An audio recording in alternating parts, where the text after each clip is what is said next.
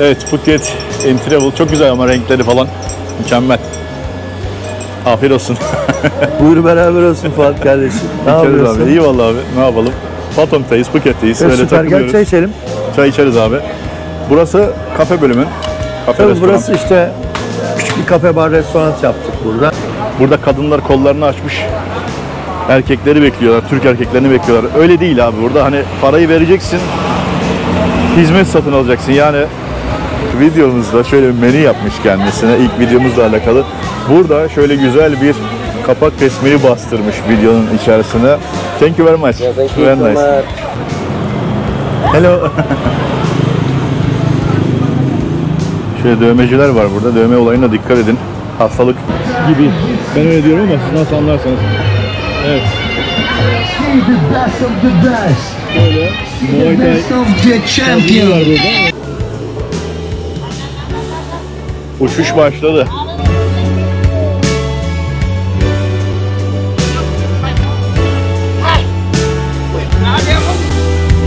Tayland, Phuket'ten herkese selamlar, saygılar, sevgiler.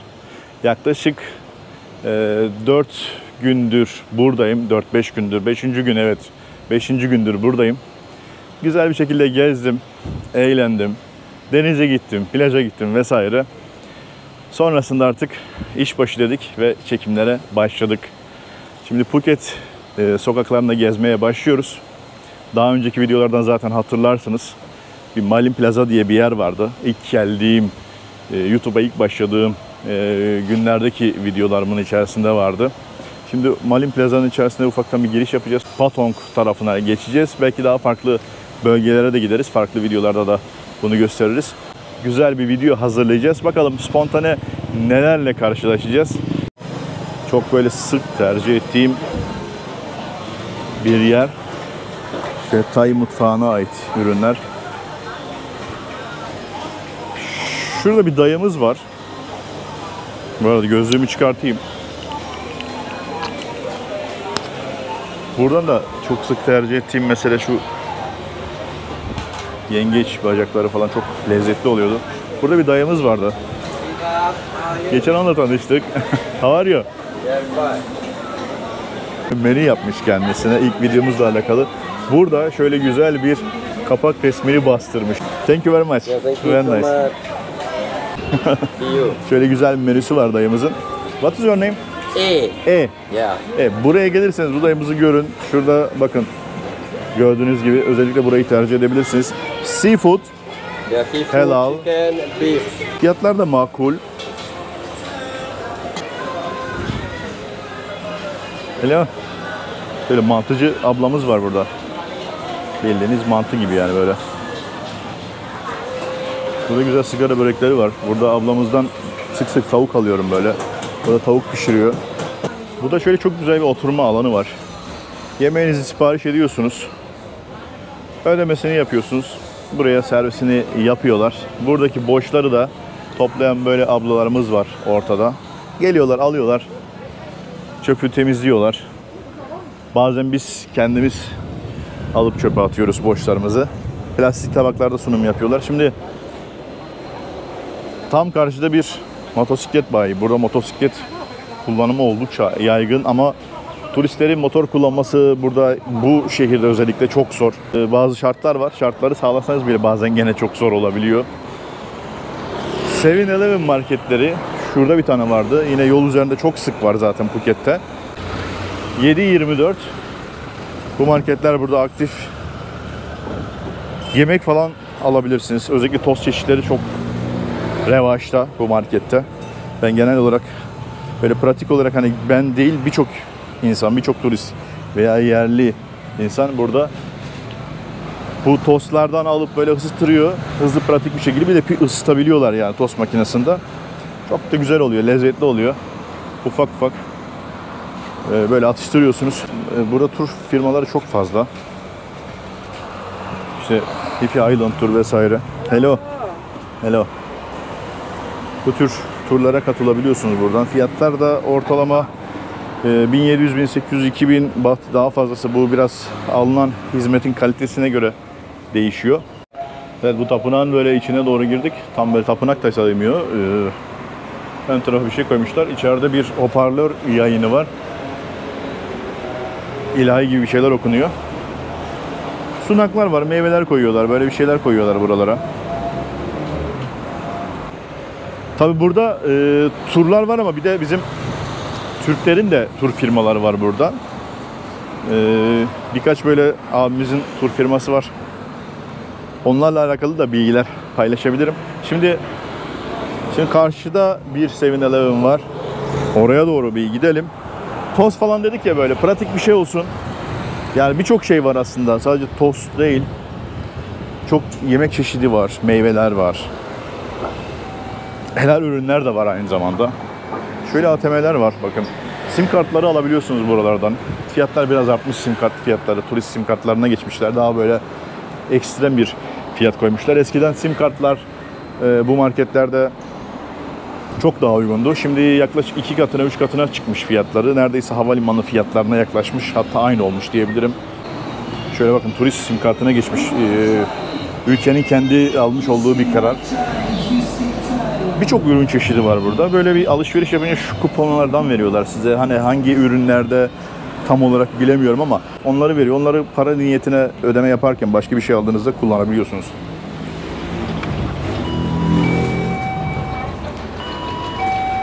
Hello.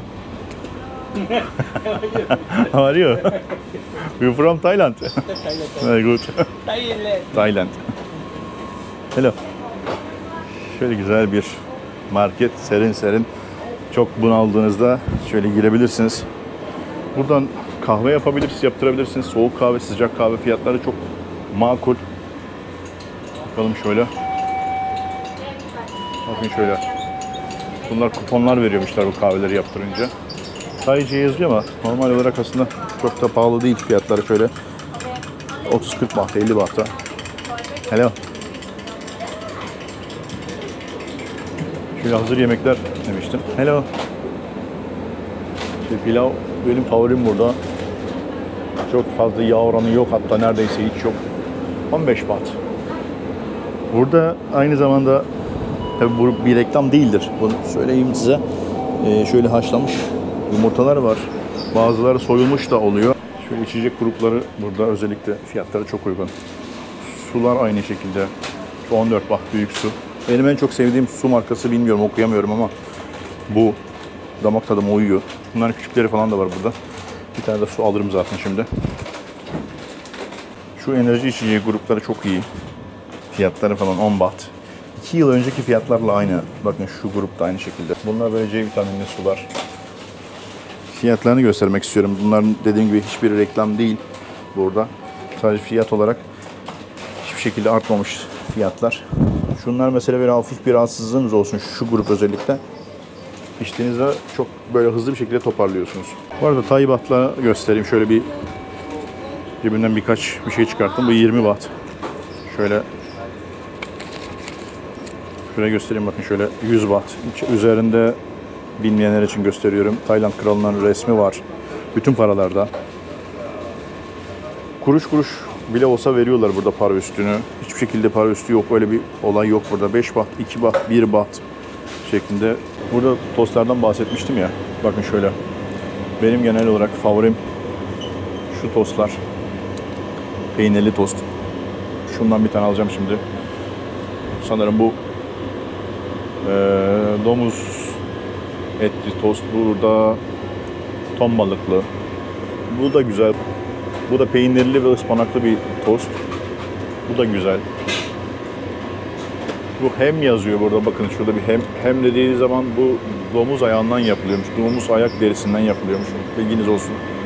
Burada da yumurtalı bir tost var gibi. Şöyle para üstümüzü aldık. Kupon dediğim kısım bu. Bakın şöyle 3 baht şeklinde. Bir kupon, 6 bahtlık kupon vermişler. Ne bu? He, şey gibi, naneli bir şeker gibi. 100 baht verdim. 44 baht para üstünü verdi. Suyumuzu aldık. Böyle kasa fişleri var bu arada. Kartla ödeme yaparsanız Visa kartıyla şöyle bir durum var. 200 bahttan aşağı 7-Eleven'de ödeme kabul etmiyorlar. Kasalarda şöyle kameralar var. Bu şekilde ısıtıp poşete veriyorlar. Thank you. Şuradaki turist sim kartları. Motosiklet burada çok büyük bir geçim kaynağı buranın halkı için. İnanılmaz bir talep var. Ama ona karşılık da polisler tarafından çok sık bir şekilde çevirme uygulamalar var. Bazı durumlarda rüşvetler söz konusu ki genel olarak birçok durumda uluslararası ehliyetiniz olsa bile, fakat yine de driver lisans dedikleri bir belge var, onu almanız gerekiyor. Ki maalesef o belgeyi de alsanız bazen burada polis sizden rüşvet isteyebiliyor. Şimdi burada böyle bir masaj salonları var. Normalde çekim yapmamı pek istemezler. Kimsenin çekim yapmasını istemiyorlar. Burası Patong sahile iniyor. Malin Plaza'ya geldiğinizde yürüyerek böyle geçebilirsiniz. Motosiklet ve araçla giderseniz zaten burası ters yön. Buradan gidemiyorsunuz. Şuradan gidiyorsunuz. Buradan böyle devam edelim. Şu işareti görüyorsunuz. Tavsiye etmiyoruz kimseye. Burada maalesef yasal. Bu arada konuşmaya daldık. Tost almıştık. Onu göstermeyi unuttum ben size. Şöyle. Şimdi birazdan çıkartayım ben bu tostu. Şöyle ki 2 tane böyle parça üçgen. Tadına bakalım yine. Zaten ben biliyorum ama. Dediğim gibi bol peynirli, güzel, atıştırmalık bir tost. Hızlı bir şekilde, pratik. Fiyatını belki söylemedim. Fiyatı da 35 baht, 37 baht, 39 baht. Ürününe göre değişiyor. Fiyat performans ürünü, atıştırmalık güzel bir ürün. 7/24 açık marketler. Burada yine dediğim gibi her yerde oteller var. Grab uygulamaları var, uygun. Yol üzerinde giderken şöyle bir reklam panosu. Seafood Türk İş Restoran Topkapı diye. Reklam değildir bu arada yine. Türk restoran sayısı oldukça fazla. Bayağı bir artmış 2 yıldan beri.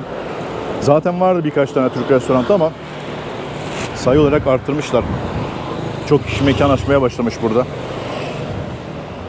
Hatta Türklerin çalıştırdığı Türk restoranı kimliği taşımayan bir sürü kafe var burada. Onlar da yine Türkler tarafından işletiliyor. Kafeler vesaire. Hatta cannabis shop açmaya bile başlamışlar diye duydum Phuket'te. Bu Pattaya'da zaten vardı. Şöyle bakın, burada yine bir ufak bir temple. Böyle yapılarda, bu plaza diye geçiyor. Yapıların önlerinde, biraz daha böyle ciddi kurumsal yapıların önünde, büyük otellerin önlerinde olabiliyor küçük temple'lar. Bakın bu masaj salonları, bazıları pek hijyenik değil. Bu tür masaj salonlarını tercih edin derim. Kurumsal yerler. Daha böyle güzellik merkezi şeklinde geçiyor bunlar. Dediğim gibi Maya Bay, ada turu vesaire, Koh Samui. Birçok ada turuna burada katılabiliyorsunuz. En büyük keyiflerden bir tanesi de zaten burada ada turlarına katılmak. Şöyle gördüğünüz gibi giyim mağazaları dahi var. Burada terlik alımına dikkat edin. Çok fazla pahalı bir şey almamaya çalışın. Ama kaliteli almaya çalışın. Çünkü ayakkabıyla gezmek burada oldukça zor. Dolar kurları şu anki güncel fiyatıyla. Benim kaldığım Malin Plaza tarafındaki exchange'lerin kurları daha avantajlı. Bakın burada çamaşır yıkama hizmeti hemen hemen her yerde yapılıyor. 24 saati sonra teslim ediliyor. 1 kilo 50 baht işte veya ondan sonrası 100 baht şeklinde. Kıyafetler falan burada oldukça uygun. Pazarlıksız almamaya çalışın. Dediğim gibi terlikler falan var.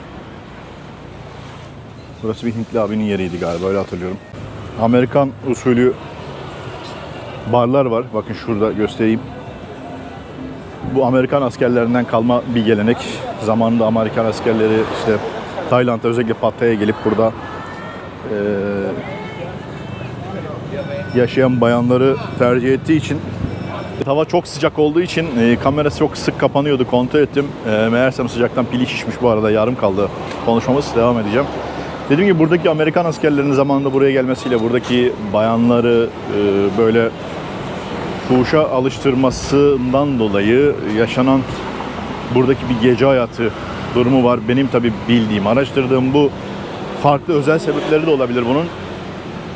Ama tropikal bir ada, bu tür şeylere belki daha müsait bir ada veya buranın geleneklerine çok müsait bir yer, bölge, ülke. Ondan dolayı da olabilir. Buradan şöyle yürüyerek devam edeceğiz şimdi. Şöyle mağazalar, bu mağazaların içlerine girdiğinizde pazarlık yaparak en azından acil ihtiyaçlarınızı buradan giderebiliyorsunuz. Masa salonları, turistlerin de tercih ettiği masa salonları da var burada. Onların fiyatları aşağı yukarı aynı ama bir tık daha uygun olabilir. Bir de farklı masa salonları var. Onlar ekstra ücret talep edebiliyorlar. Ya o tür şeyler burada biraz maddi anlamda kazıklanmanıza sebep olabilecek şeyler bu. Emin olun, bazı şeyler dışarıdan anlatıldığı gibi, dışarıdan göründüğü gibi kolay ve rahat değil burada. Ciddi bir şekilde fazla para harcamanıza sebep olabilecek şeyler. Şimdi burada gece hayatı falan denince bazen insanların aklına şu geliyor: ya burada kadınlar kollarını açmış erkekleri bekliyorlar, Türk erkeklerini bekliyorlar. Öyle değil abi. Burada hani parayı vereceksin, hizmet satın alacaksın. Yani burada benim param yok, şu tuktuğa bineyim bir yere kadar beni götür olayı yok. Parayı vermeden hiçbir hizmeti alamazsın burada. Hiçbir şey böyle duygusal değil. O yüzden yaşanacak olan buradaki aşklar da duygusal değil. Onu da söyleyeyim size. Özellikle Tayli kadınlarla veya Tayli insanlarla diyeyim, yaşanabilecek bütün karşılıklı olan alışverişte hiçbir şekilde insaf beklemeyin. Hiç kimsede öyle bir durum söz konusu değil. Ver parayı, al hizmeti. Al gülüm ver gülüm, yani burada olay. Burada yerel olduğu zaman lokal insanlar kasksız bile motosiklet kullanabiliyor bu arada, ama siz turist olarak aman ha öyle bir şey yapmayın sakın. Bir manav abimiz, lokalden gelmişler böyle. Yine bir masal salonu, her yerde olduğu gibi, her yerde var ama burada. Ve Arap mutfaklarına ait döner var burada. Helal döner diyor. Yani helal denilen içerisinde domuz eti yok anlamında, ama şöyle bir durum var. Yani bu helal kesim olmuş anlamında değil. Bunu da söylemiş olayım size. Burada bildiğim kadarıyla tavukları iğneyle öldürüyorlar. Yani böyle keserek vesaire değil. Hello. Şöyle dövmeciler var burada. Dövme olayına dikkat edin. Hastalık bulaştırabilirsiniz kendinize. Sokak meyvecileri burada meşhurdur. Çok sayıda var. Fiyatları da makul. Evet. Şu mango vesaire. En kaliteli meyveyi bu ablalardan alırsınız bu arada. En güzel meyveyi. En iyisini satmak zorunda ki tekrar satabilsin. Şimdi burada gezerken video çekiyorsunuz ya, masa salonlarının önünden eğer video çekerseniz telefonla olur veya işte kamerayla olur. Masa salonunun önünden geçerken dikkatli olun. Birçok kadın burada masa salonunun önünde duran kadınlar için söylüyorum, video çekilmesini istemiyorlar. İzin almadan böyle bir şey yapmayın. Hem bunlar için saygısızlıktır, hem aynı zamanda yani görünmesini istemiyor olabilir. Videoya çıkmak istemiyor olabilir. Size farklı tepkiler de verebilir. Bunların en doğal, en yasal hakkı bu. O yüzden kendinizi bu şekilde sakın ha zora sokmayın derim. Burada bir klinik var mesela şöyle. Karşıda yine masaj salonları. Burada da aynı şekilde. Şimdi kapatıyorum ben bu kamerayı. Şöyle taksiler de var burada. Dediğim gibi taksi olayını Grab, Bolt gibi uygulamalardan çözebilirsiniz. Pazarlık yaparak bilmenizi tavsiye ederim. Belli mesafeler götürüyorlar. Çok uzun mesafeler götürmüyorlar. Eğlence amaçlı Bluetooth'tan bağlanıp müzik açabiliyorsunuz. Buradaki taksilerin, bu tür taksilerin, tuk tuk gibi taksilerin özelliği bu. Sadece böyle akşam işte veya gündüz biniyorsunuz. Diyorsunuz ki beni işte yarım saat gezdir. Bir parayı anlaşıyorsunuz. Bluetooth'tan bağlanıyor, müzik açıyor. Bir yerlere de götürebiliyor aynı zamanda. Bir de şöyle taksiler var. Bunlar artık uzun yol yapabiliyorlar. Daha farklı bunlar.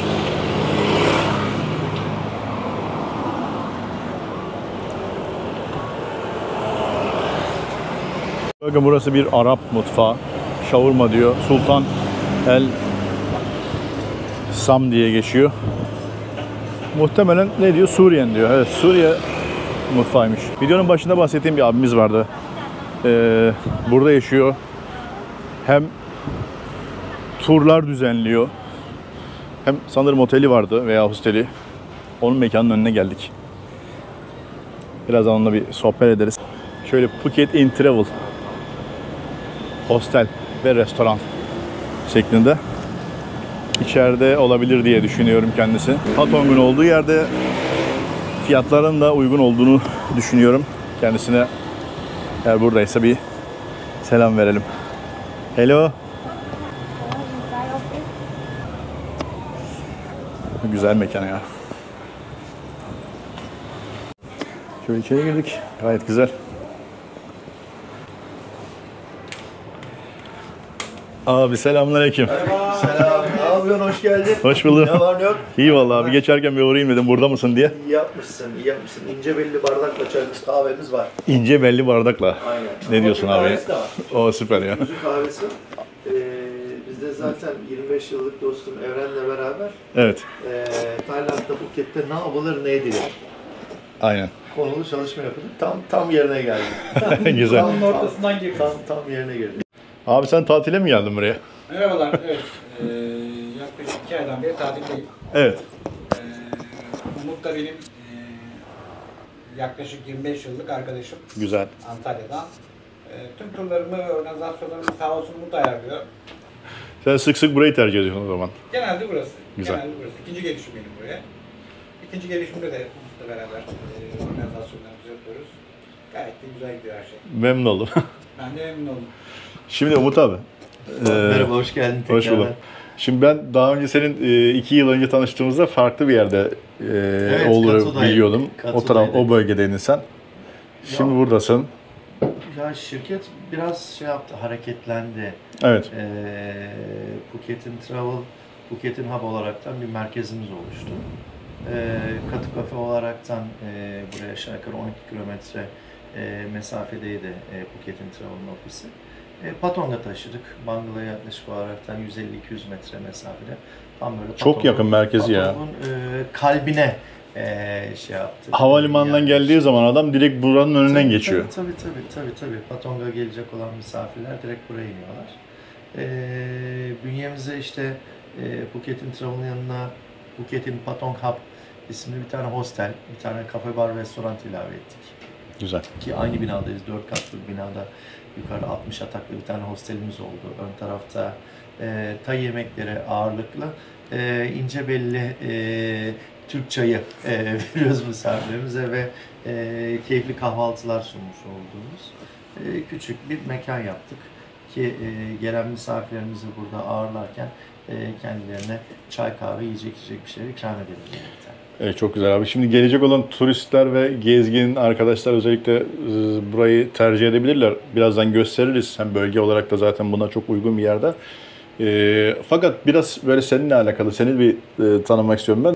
Nasıl yolun düştü de bu tarafa geldiğinde, söyle bir farklı bir turizm sektörüne girdiğinde kısa bir şey anlatır mısın? Fuat, hani tabii herkesin bir ülke değiştirme hikayesi var. Benimkisi 9 senedir ben.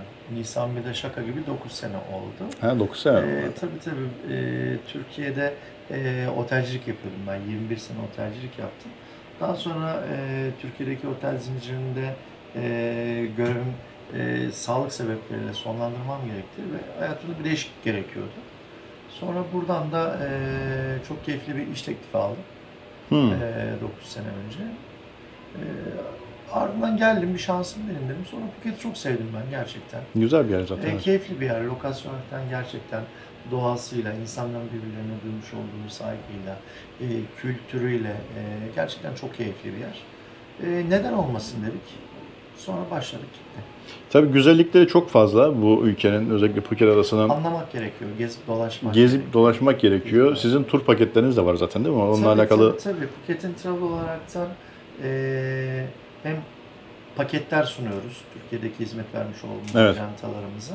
Hem de Phuket'e gelmiş olan, uçağa atla gelmiş olan misafirlerimiz Evet. veyahut da gelmeden önce bizimle iletişime geçmiş olan misafirlerimizin havalimanı konaklamaları, otel rezervasyonları, Genel full paket. tur organizasyonları, VIP gibi mi? danışmanları gibi programlarını her türlü bütçeye uygun olaraktan, Evet. her türlü talebe bağlı olaraktan oluşturaraktan sunmaya çalışıyoruz ve şu an hani çok şükür Phuket'in Travel 8 yaşında amatör ruhlu profesyoneller olaraktan keyifli bir şeyler yapmaya Evet. çalışıyoruz. Aile olarak da gelse misafir buraya, Tabii. kalabalık bir Zaten aile bile gelebilir yani. Bizim misafir portföyümüzün zaten %60-70'ini balayı çiftleri, aileli, çocuklu aileler Evet. şey yapıyorlar, oluşturuyorlar. Gezginler tercih ediyor mu? Tabii bizim zaten üst katı hostel olaraktan yapmış Evet. olmamızın Oraya bakarız birazdan sebebi abi. bu. Müsaitse. Tabii çıkarız birazdan. Burasını zaten Covid öncesinde bir iş ortaklığı olaraktan işletiyorduk biz. Daha sonradan da sadece bizim şirketin yönetimine almış olduğu bir yapı ortaya çıktı. Gayet de keyifli gidiyor. İşte yukarıda dünyayı gezen senin gibi, diğer influencer Evet. arkadaşlar gibi dünyayı gezen çok değerli insanlar geliyorlar, kalıyorlar. Dilimiz Evet. döndüğünce anlaşmaya çalışıyoruz onlarla. Gayet şey oluyor, güzel oluyor. Dünyanın her yerinden insanlar geliyor Tabii, zaten tabii. buraya. Ve şey olaraktan hani avantaj olaraktan hostelin kendi bünyesinde ekonomik bütçeli yiyecek içecek ünitesi olduğundan dolayı artı kendi ajantamız olduğundan dolayı en ekonomik turların da sağlanabildiği ya da atıyorum dışarıdan gelen ya da bize daha önceden ulaşan hostelde konaklama ihtiyacı, hayat tarzı olmayan misafirlerimizin de en üst segmentteki hizmetlerini alabileceği çok geniş bir yelpaze sunuyoruz Evet. biz burada A'dan Z'ye. Ada turlarından mesela en böyle popüler olan hangisi? Neyi tavsiye ediyorsunuz Ya siz? zaten PP James Bond turu ben Phuket'e gidiyorum diyen bir misafir için olmazsa olmaz. Evet. Olmazsa olmaz. Hani hatta bazen ben takılıyorum misafirlerimize eğer PP James Bond'a PP adalarına, James Bond adalarına gitmediyseniz Türkiye'ye gittiğinizde Phuket'e gittiğinizden Değil kimseye mi? bahsettiniz. O kadar şey. Fakat şey değil hani Phuket adası sadece bu iki ada turundan ibaret değil. Adanın güney kısmında gerçekten çok keyifli Ratcha Coral adaları var, Coconut adası var. Ardından Onlar çok bilinmiyor sanki değil mi? Böyle bizim Türkler fazla hani bu iki adayı biliyor genelde sanki. Tabii PP James Bond biraz daha popüler. Ratcha Coral Türkler tarafından, araştıranlar tarafından Evet. biliniyor. Bir Similan yüksek sezonda açılıyor. Kasım'la Mayıs arasında açılıyor. Similan turları gerçekten çok keyifli. Son zamanlarda günlük krabi turları, tekne turlarıyla çünkü Türk misafirler geldikleri zaman okey bir adada kalıyorum ama farklı yerleri de görmek istiyorum. Farklı yerlerde de konaklama talepleri yapmak istiyorum dediklerinde Krabi buraya biraz uzak olduğundan dolayı oraya konaklamak isteyen misafirlerimiz orada konaklayaraktan zaman kaybetmemek adı altına Evet. buradan sabah otellerinden alıp göndermiş olduğumuz turlar ve akşam tekrardan oteline getirmiş olduğumuz günübirlik Krabi turları şey yapıyorlar. Onlar son zamanlarda popüler. Onun dışında jet ski ile altı adaya gezilen bir program var. O şu an Jet ski'ler. gayet Aa. revaçta, gayet popüler olaraktan gidiyor. Tabii tekne turlarının, ada turlarının dışında anakarada da yapılacak olan bir sürü aktivite var. İşte ne bileyim zipline, ATV, fil bakım merkezleri, fil Evet. safariler, fille denize girme olayları, akşam Siam Piramit, Simon Cabaret veyahut da fantezi gibi gece şovları. Onun dışında normal rafting, bambu rafting gibi yapılabilecek yerler ya da şehir turları, Big Buddha, Matçalan, Old Town veyahut da Instagram kareleri için gidilecek olan yerlerin Fiyatları özel ortalaması nasıl programları. peki abi? Ya şöyle hani her programın kalitesine göre Kalitesine fiyatlar göre. değişiklik gösteriyor. Yani 1000-1500 bahttan başlıyor 5-6 bin bahta kadar katılımcılı gidilen programlar var. Evet. Ama hani özel tekneler, özel araçlar, özel hizmet olduğu zaman tabii talebe göre onların da fiyat yelpazesinde keyifli yerleri oluyor açıkçası. Bu normalde Tayland'a ben daha önce geldiğimde fiyatlar aşağı yukarı aynıydı. Yine aynı. Çok bir şey değişmiyor galiba değil mi? Öyle turlarda da fazla bir şey değişiklik olmuyor. Çok fazla oynama olmuyor burada. Hani bakıldığı Belki zaman yüksek sezonda. Ekonominin çok keyifli olmuş olduğu bir ülke Evet. burası. Enflasyon çok fırlamamış olduğu bir bölge burası. Neden öyle abi? Yani hani ülke politikasının, ülke stratejisi neden böyle... Ekonomisi düştü yani bu belli. Tabii. Hiç oynamıyor fiyatlar neredeyse. Tayland ekonomik olaraktan gerçekten güçlü bir ülke. Evet. Baht hele son zamanlarda çok ciddi değer kazandı. Hatta şöyle söyleyeyim ben sana, ben 9 sene önce ilk geldiğimde bir Türk lirası 17.8 Tay bahtıydı. Bugün baktığın zaman konvertörden az önce baktık Evet. seninle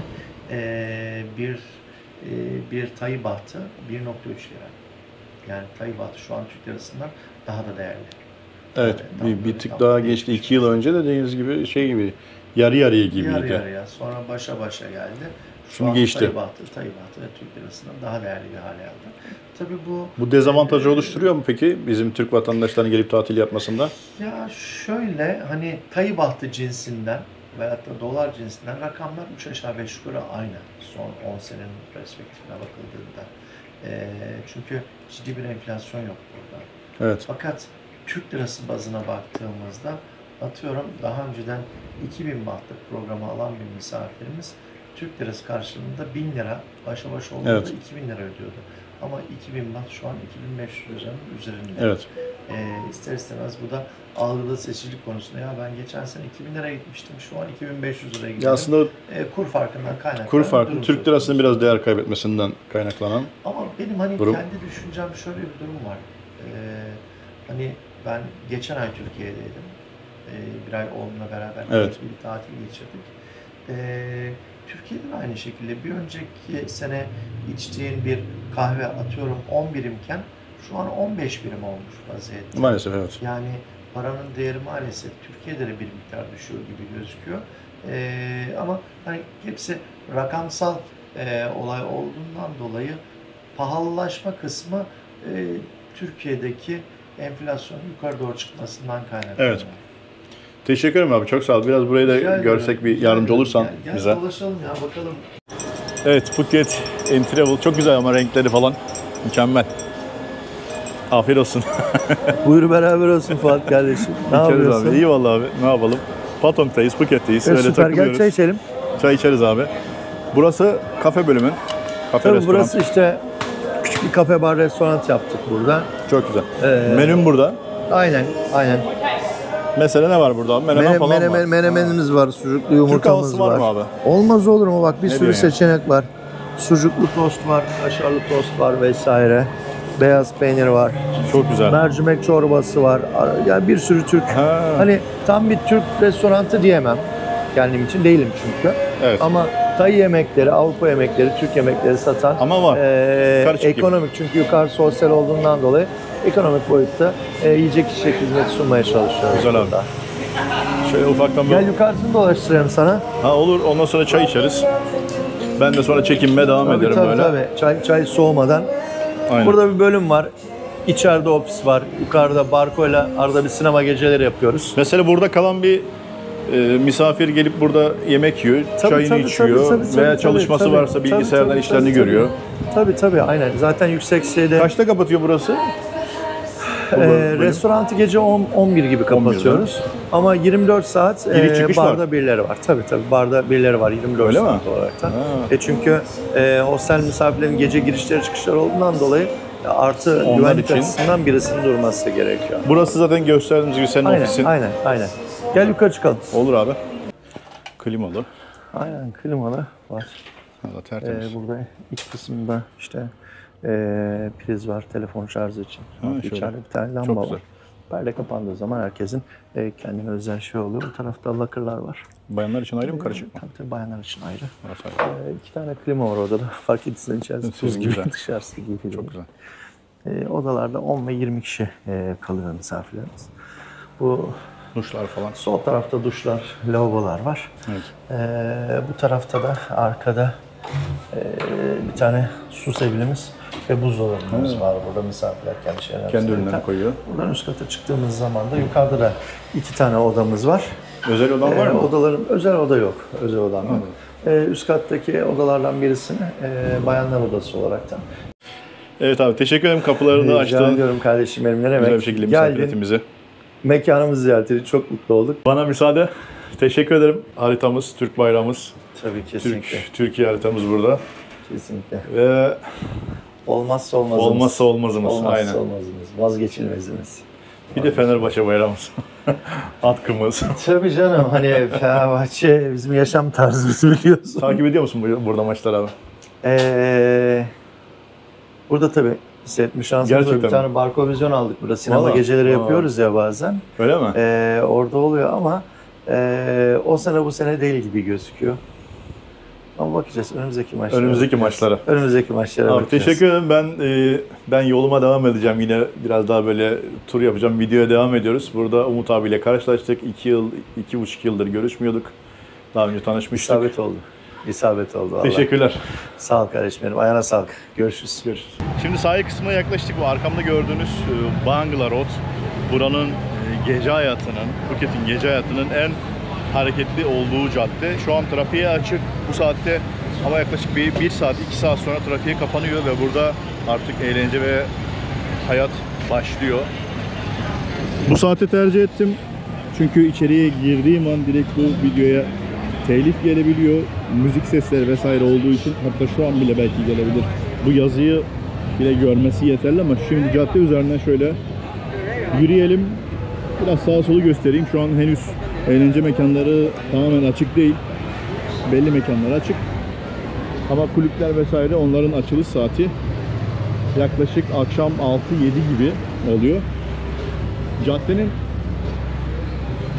şöyle boydan boyaya belki ne kadar diyeyim 200-300 metrelik bir mesafesi var. Sağlı sollu böyle mekanlar. Girişinin bir tarafında şöyle sağ tarafta bir seafood market var. Market dediğim yeme içme alanlarında, restoran kısmına market diyorlar. Bu arada mikrofonu çıkarttım şu an. Mikrofon olduğu zaman sesleri çok iyi aldığı için otomatik olarak telif alabiliyor. Bazı müzikleri falan daha net bir şekilde alıyor. Bu sokakta mikrofonu çıkarttım. O yüzden sesim biraz daha böyle mikrofonsuz farklı gelebilir. Burada sokak yemekleri. Burada meşhurdur çorbalar. Helal. Burada meyveciler, bakın karpuz vesaire, salata yapıyorlar. Çiçekçi. Şöyle bir hazırlıklar var. Bunlar belli bir saatte artık yok oluyor, burada kalmıyor. Yani çekiliyorlar daha böyle caddenin dışına doğru. Buranın popüler mekanlarından bir tanesi yine. Burası belki en popüler mekan. İllüzyon yazan yer. Bunun gibi birkaç tane daha yer var. Burası çok hareketli oluyor.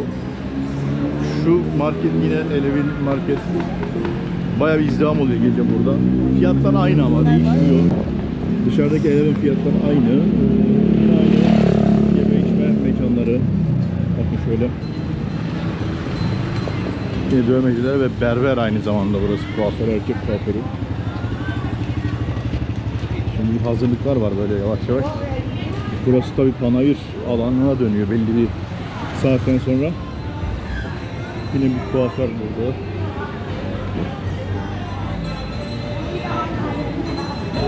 Burada mesela oturuyorlar şu sol tarafındaki mekanda. Bir dayı geliyor, oturuyor bir kızın biriyle, işte ona bir şeyler ısmarlıyor. Onun içtiğinin parasını da ödüyor. Bazen belli bir saatten sonra burada ekstra para yazabiliyorlar. Burada dansçı kızlar sağ tarafta dans ediyorlar. Bu direklerin olduğu yerde.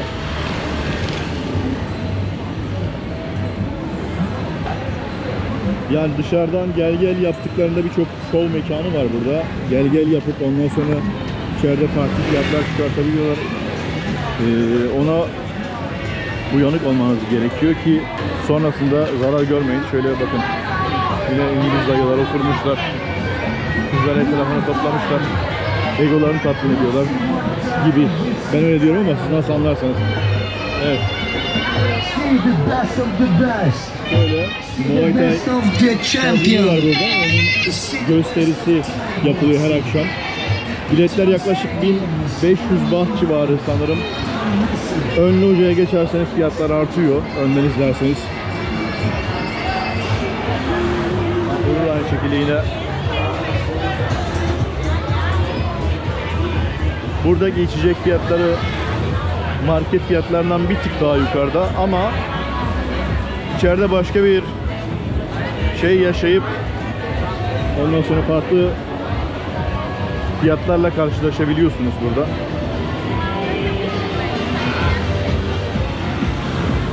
Burada bir şeyler oluyor. Dayının biri burada düşmüş yere. Herhalde kafayı bulmuş, bir şeyler yapıyor. Çok fazla içmiş bu saatte bile.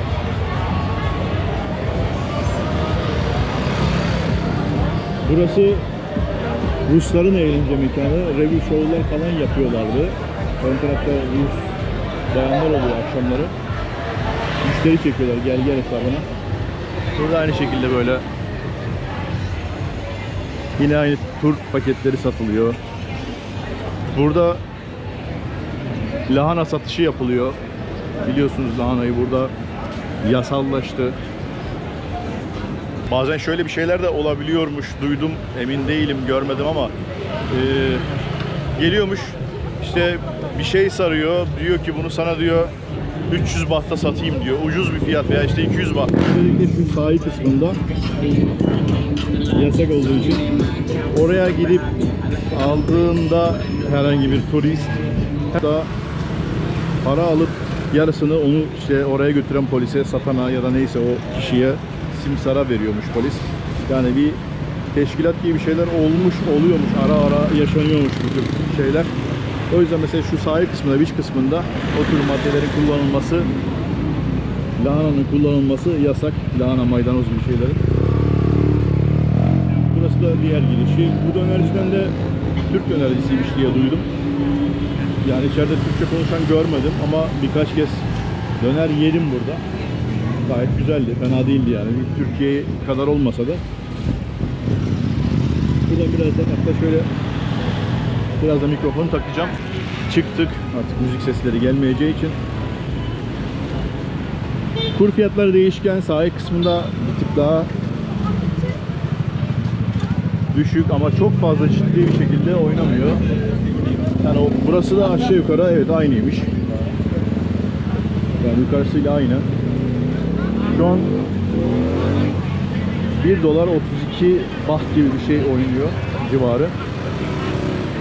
32, 32, 10, 32, 20 gibi şu anki bugünkü tarihe göre. Böyle meyveciler burada çok revaçta. Sahil boyu burada mekanlar var yine. Burada ses, mikrofon kısmını halledeceğim birazdan. Yol boyu başka Türk restoranları da açmışlar buralara.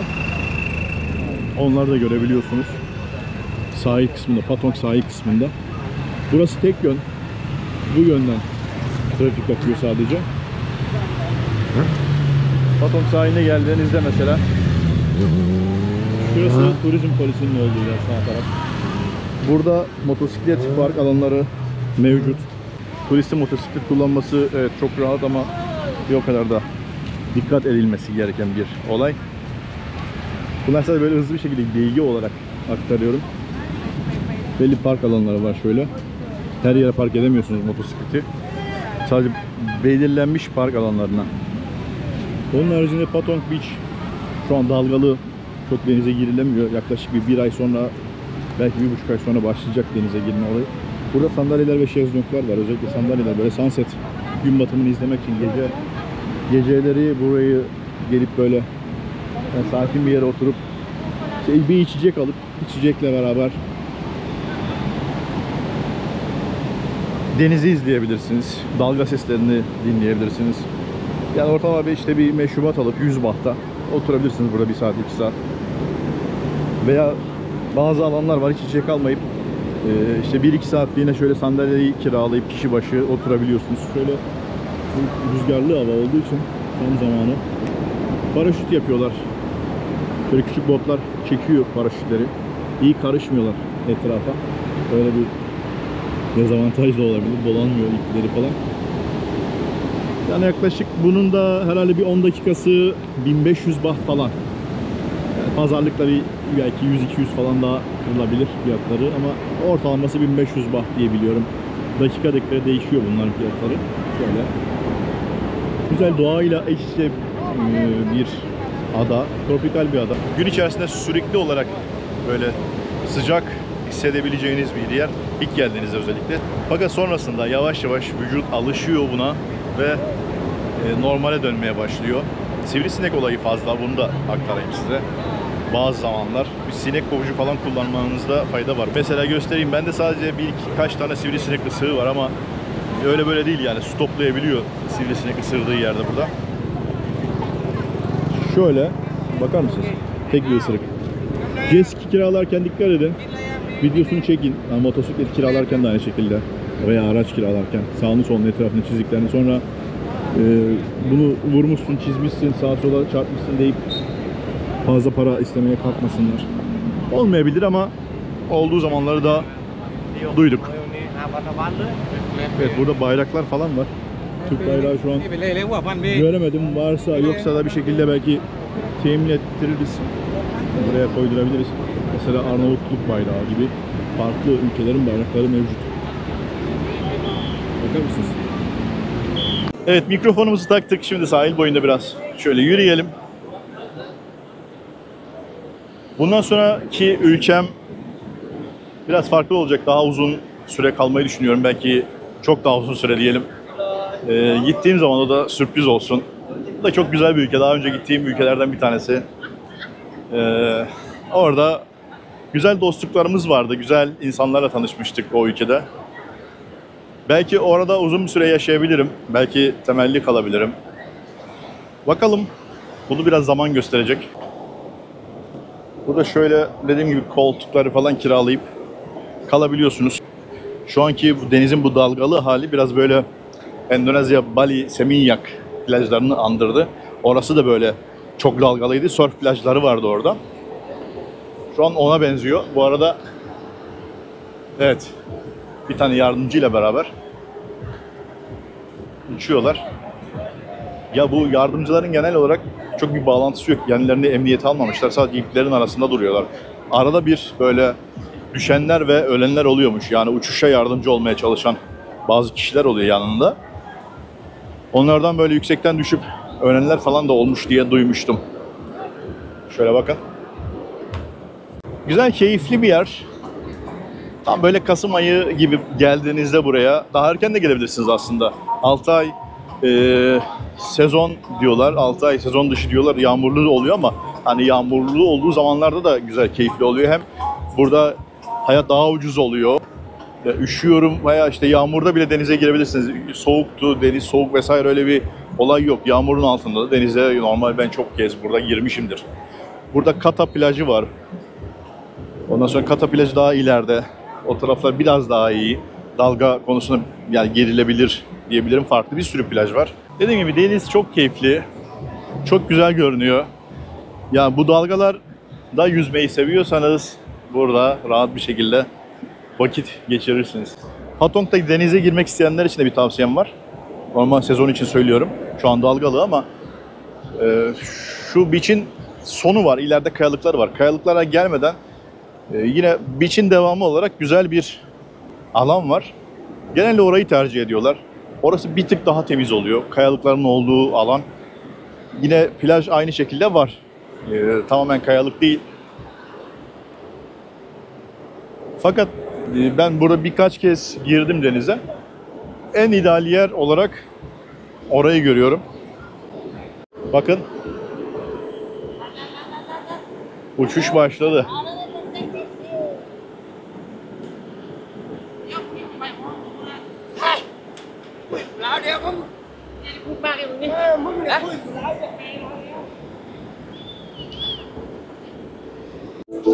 Evet. Bu Patong Beach'te yürürken şöyle bir mekan açılmış, o dikkatimi çekti. Beach Club gibi. Güzel bir yer. Giriş ücretlerini falan bilmiyorum ama duyduğumu söylüyorum sadece. Duyduğum kadarıyla sanırım 1000 baht bir giriş ücretine sahip bir yer. Ayrıca tabii içeri girip yemeniz içmeniz gerekiyor. Şöyle bir mekan.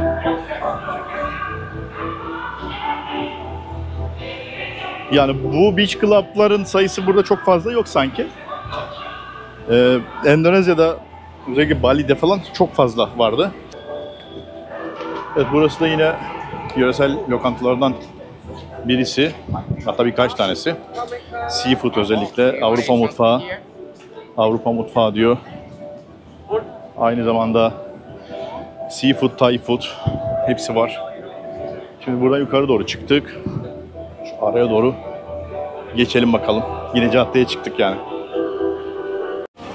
Şimdi yine güzel bir 7-Eleven markete geldim. Market içerisinde kahvaltı yapabiliyorsunuz. Az önce göstermedim size ama burada 4 gözlü bir omlet sipariş ettim. 55 bahtı sanırım. Evet, doğru, 55 baht. Onun haricinde şöyle ekmekler var. Market içerisinde kahve sipariş ettim. Kahvem de hazır. Thank you very much.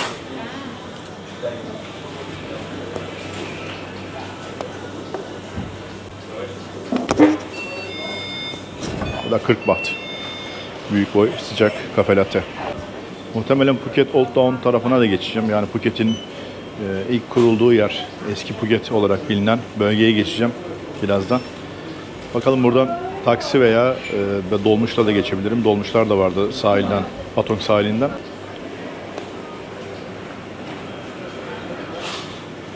Kahve de mis.